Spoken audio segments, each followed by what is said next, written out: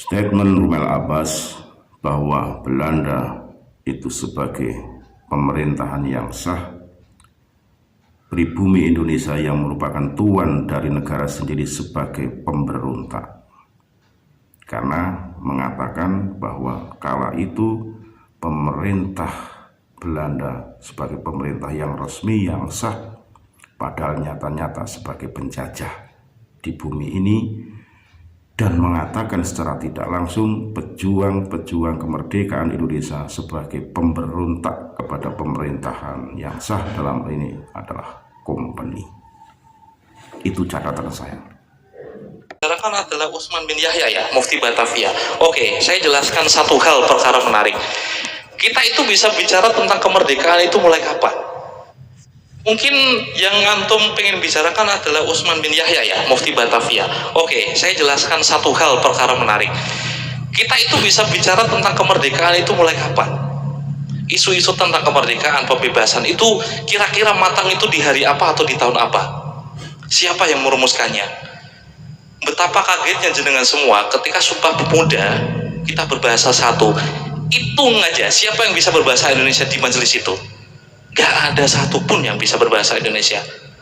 Sumpah Pemuda 1928, ketika kita bersepakat berbahasa satu, orangnya ada berapa? Ada sekitar 150-an. Siapa yang bisa yang bisa ngomong bahasa Belanda? Gak ada satupun.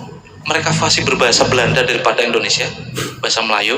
Maksud saya, ketika jenengan memakai kacamata kemerdekaan dan nasionalisme dalam sudut pandang di zaman sekarang yang sangat matang, akan menzalimi orang-orang di masa lalu. Sampai sekarang itu saya masih meyakini Kenil ya, yang dianggap oleh orang-orang kita sebagai pengkhianat itu bukan 100% pengkhianat.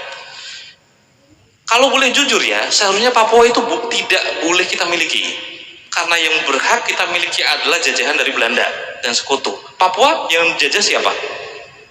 Kalau boleh jujur juga, 1945 ketika kita memerdekakan diri dari peristiwa Rengas Dengklok yang agak konyol itu, kita sah sebagai negara yang merdeka enggak?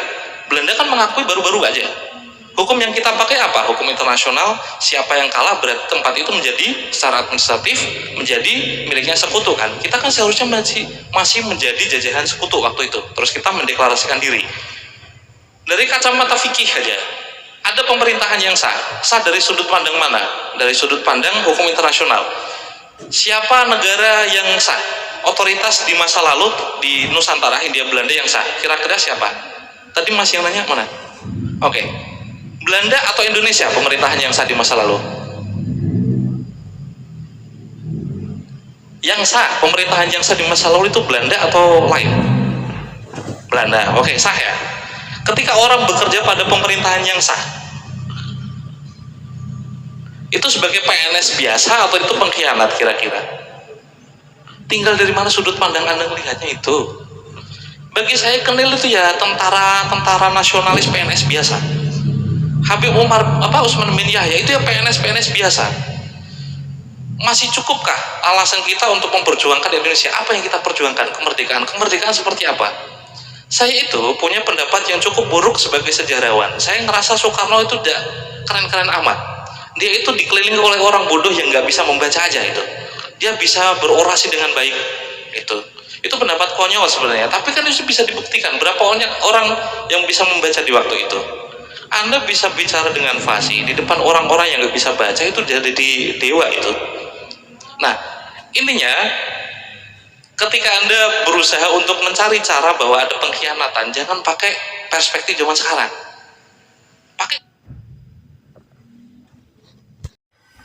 Assalamualaikum warahmatullahi wabarakatuh. Seluruh bangsa dan setanah air, jumpa lagi di channel Jagar Loop itu. Semoga dalam keadaan sehat, tak kurang satu apa. Rahmah barokah salam Allah curahkan untuk kita semuanya. Menanggapi saat Rommel Abbas mengadakan seminar bedah nasab terkait dengan baik itu Wali Songo maupun nasab Pahlawi, di situ ada tanya jawab terkait dengan mengenai Wali Songo dan Pahlawi, yang mana di pribumi ini kok mudah diterima Wali Songo. Beliau menangkap bahwa yang ditanyakan itu adalah Habib Utsman bin Yahya, Mufti Batavia. Rumel Abbas menyatakan bahwa kala itu Belanda tidak dimaknai sebagai negara penjajah, tapi negara yang berdaulat. Karena Mufti Bahtaviasa itu adalah sebagai pegawai atau PNS di negeri yang berdaulat, di negeri yang sah. Makna perkataan ini kalau kita sebagai rakyat Indonesia sangat menyakitkan hati, karena menganggap penjajahan itu fine-fine dan sah-sah saja. Pendudukan suatu negara atau suatu wilayah manakala itu sudah ada yang menempati, itu sesuai dengan apa yang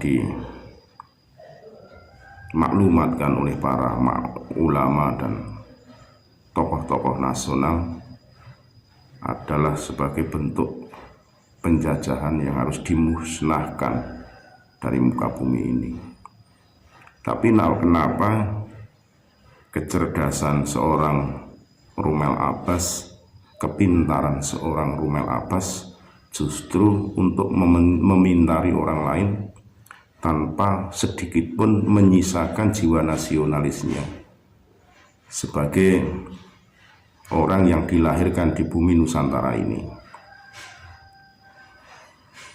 Juga disampaikan bahwa Soekarno itu adalah sosok yang biasa-biasa saja menurut Rumel Abbas, karena Soekarno dulu hanya dikelilingi orang-orang bodoh. Padahal dulu juga sudah ada yang sarjana. Dulu banyak sekali tokoh-tokoh yang cendekiawan, yang pandai, yang pintar, yang alim, yang cerdas. Cuma hidupnya bukan di era zaman saat ini. Saya katakan begini, kalau Pak Soekarno hanya dikelilingi oleh orang-orang bodoh, berarti Rumel Abbas menampik adanya Muhammad Hatta, adanya Gatot Subroto, adanya Jenderal Sudirman, adanya Soeharto, adanya Ahmad Yani, dan lain-lain sebagainya. Tokoh-tokoh yang notabene sebagai penggerak motor berdirinya bangsa ini, bersama dengan alim ulama, dalam hal ini Nahdlatul Ulama, tidak nampik dari tokoh-tokoh agama yang lain, dianggapnya adalah orang yang bodoh. Di situ ada Mbah Hasyim Asy'ari, Mbah Wahab Kasbullah, Mbah Bisri Sansuri, Mbah Samsul Ma'arif. Di situ ada Ahmad Dahlan, Mbah Ahmad Dahlan, dan tokoh-tokoh yang lain yang tentunya secara kealiman, secara kepintaran diukur dengan Rumel Abbas jauh. Pendapat prematur ini saya katakan hanya untuk membodohi, menganggap dirinya paling pintar dalam sebuah forum, menjawab sekenanya kepada orang yang menanyakan hal itu karena panik disinggung mengenai Habib Utsman bin Yahya sebagai mufti Batavia. Belanda yang notabene menduduki suatu negara, suatu wilayah yang sudah ada penduduknya, dianggap oleh Rumel Abbas sebagai yang sah, fine-fine saja, diperbolehkan. Padahal itu tidak sesuai dengan peri kemanusiaan dan peri keadilan. Itu dibolehkan, disahkan oleh seorang Rumel Abbas secara pendapat dalam forum seminar Bedak Nasab. Itu tidak ada yang berani membantah. Ini yang saya sayangkan. Kalau memang Rumel Abbas itu pintar, pandai, cerdas, tentunya tidak untuk minteri orang lain, tentunya tidak akan membuat semua yang hadir itu bengong, bahasanya dibodohi, mereka rikuh, takut untuk menyampaikan sebuah kebenaran, sehingga dengan seenaknya sendiri nerocos ngalor ngidul yang intinya justru mengecilkan negara sendiri. Berarti betul kalau dulu itu pejuang-pejuang Indonesia itu disebutlah sebagai pemberontak. Kalau Belanda itu disebutkan sebagai pemerintah yang sah, pribumi yang mempunyai wilayah, yang mempunyai otoritas penuh terhadap daerah di Indonesia, disebut pemberontak dengan pemerintahan yang sah. Itu pendapat Rommel Abbas yang saya katakan sebagai pendapat yang keblinger. Sebagai rakyat Indonesia yang menyayangkan statement jawaban-jawaban yang saya anggap kurang pas. Padahal di situ banyak orang-orang pintar. Kenapa tidak mengingatkan jawaban Rommel Abbas seperti itu? Membenarkan adanya statement daripada Rommel Abbas terkait hal itu, sehingga ini tersebar di media sosial. Ya monggo masyarakat Indonesia mau seperti apa menilai daripada apa yang disampaikan oleh saudara Rommel Abbas. Saya tidak akan berpanjang lebar, harus saya katakan pendapat Rommel Abbas prematur dan tidak mempunyai jiwa nasionalis sedikit pun kalau dia mengaku sebagai warga negara Indonesia. Lain kalau Rommel Abbas itu hanya di sini numpang dan tidak mengakui Indonesia itu sebagai tanah tumpah darahnya, mengatakan seperti itu wajar-wajar saja.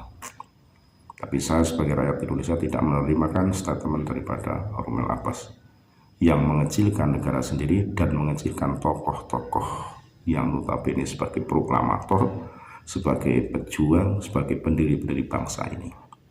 Rommel Abbas adalah sebagai orang yang melanjutkan menerima bersih dari pejuang-pejuang terdahulu, sehinggalah dia sekenyah-kenyah ngomong ngalor ngidul hanya untuk pencitraan dirinya,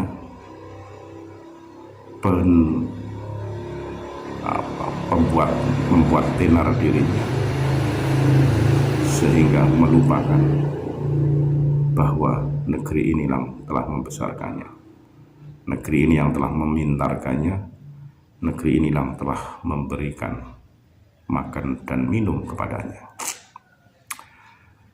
Segala hilaf mohon maaf. NKRI Kagam Mati Nusantara milik kita. Assalamualaikum warahmatullahi wabarakatuh. Merdeka.